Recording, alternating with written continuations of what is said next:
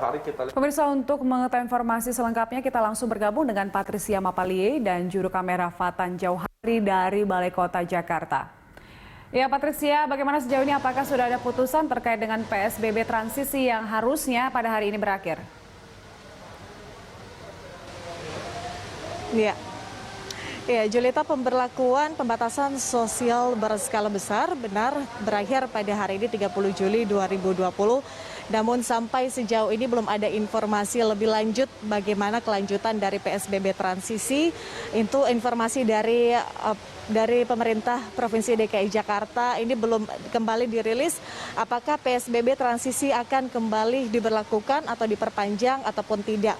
Namun kalau kita mengacu pada data Julita dan juga pemirsa, beberapa saat terakhir bisa dikatakan angka pertumbuhan atau penyebaran virus corona atau COVID-19 di DKI Jakarta masih juga terus bertambah. Terbukti di tanggal 27 Juli misalnya terdapat 467 kasus baru dan ini merupakan yang tertinggi se-Indonesia. Kemudian diikuti pada satu hari setelahnya yaitu pada tanggal 28 Juli yang juga terdapat 409 kasus baru dan juga masih menempati posisi pertama dibandingkan dengan provinsi-provinsi yang lainnya.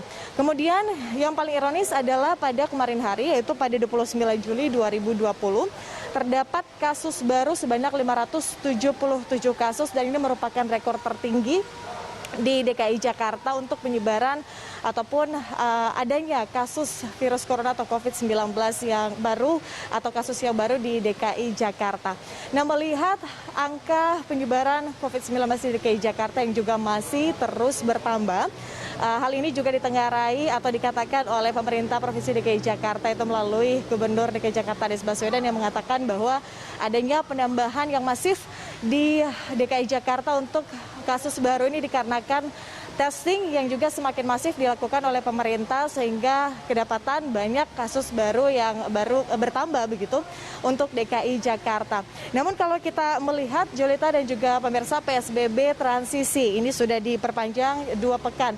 Dimulai dari tanggal 17 hingga 30 Juli 2020 dan hal ini diperpanjang atau PSBB transisi diperpanjang karena melihat sejumlah hal begitu atau mengacu pada beberapa hal yang harus dioptimalkan oleh pemerintah Provinsi DKI Jakarta seperti jumlah testing dan juga rasio positif yang terus dioptimalkan, kemudian terkait dengan kesiapan fasilitas kesehatan yang juga terus ditingkatkan oleh Pemprov DKI dan kemudian angka reproduksi penyebaran virus yang pada saat itu bisa dikatakan belum stabil atau masih berubah-ubah dan hal-hal tersebut dikarenakan penyebaran COVID-19 yang juga masih terus ada atau bertambah di DKI Jakarta.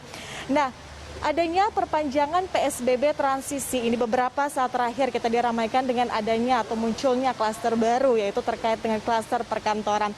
Dan ini juga yang mendapatkan perhatian dari sejumlah pihak, terutama dari epidemiologi yang memberikan saran kepada pemerintah Provinsi DKI Jakarta untuk kembali memberlakukan PSBB secara total atau pembatasan sosial berskala besar dan bukan PSBB transisi. Hal ini dikarenakan penyebaran COVID-19 di DKI Jakarta yang masih terus meningkat. Dan kalau kita melihat juga atau kita mengutip pernyataan dari Gubernur DKI Jakarta Anies Baswedan yang juga mengatakan bahwa tingkat kesadaran atau kepatuhan publik atau masyarakat DKI Jakarta juga menurun. Karena banyak masyarakat yang menganggap bahwa PSBB transisi adalah sesuatu yang normal atau bisa dikatakan masyarakat menganggap bahwa kita sudah kembali menuju ke masa sebelum adanya pandemi virus corona atau COVID-19 yang ditemukan di Indonesia. Melihat adanya klaster perkantoran yang baru, Julita, data terakhir yaitu ada 68 klaster yang telah menyumbang lebih dari 400 kasus di DKI Jakarta. Dan kalau kita bandingkan pada 4 Juni 2020 hanya terdapat 43 kasus.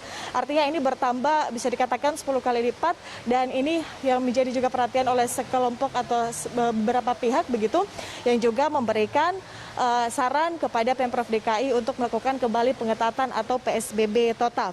Kemudian terkait dengan adanya penyebaran atau peningkatan angka ini, Dari Wakil Gubernur DKI Jakarta Ahmad Riza Patria mengatakan paling tidak ada 3 opsi yang nantinya akan diambil oleh pemerintah dan akan dipilih mana yang paling sesuai dengan kebutuhan dari DKI Jakarta. Yang pertama adalah memasuki masa sehat, aman dan juga produktif apabila memang tidak terjadi peningkatan angka kasus corona atau virus corona di Jakarta. Namun kalau kita melihat angka pastinya yang terus meningkat beberapa saat terakhir, kemudian kemunculan klaster-klaster baru, baik itu di perkantoran pemerintah maupun juga swasta, kemungkinan besar bahwa opsi ini tidak akan diambil. Namun kita akan melihat nanti seperti apa opsi yang diambil oleh pemerintah Provinsi DKI Jakarta. Kemudian opsi yang kedua adalah terkait dengan PSBB transisi yang diperpanjang. Nah, apa yang menjadi pertimbangan apabila PSBB diperpanjang, yaitu apabila memang kondisi bisa dikatakan stabil, masih seperti sekarang, maka PSBB transisi akan diperpanjang.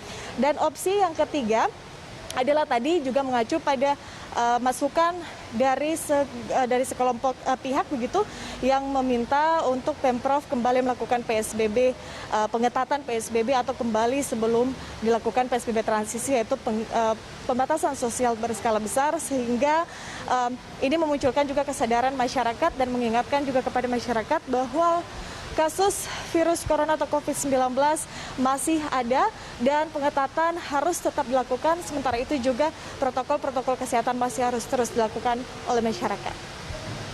Julita. Baik, Patricia, terima kasih untuk informasinya. Selamat bertugas kembali. Pemirsa, itu dia laporan dari Patricia Mapalie dan juru kamera Fatan Jauhari dari Balai Kota Jakarta.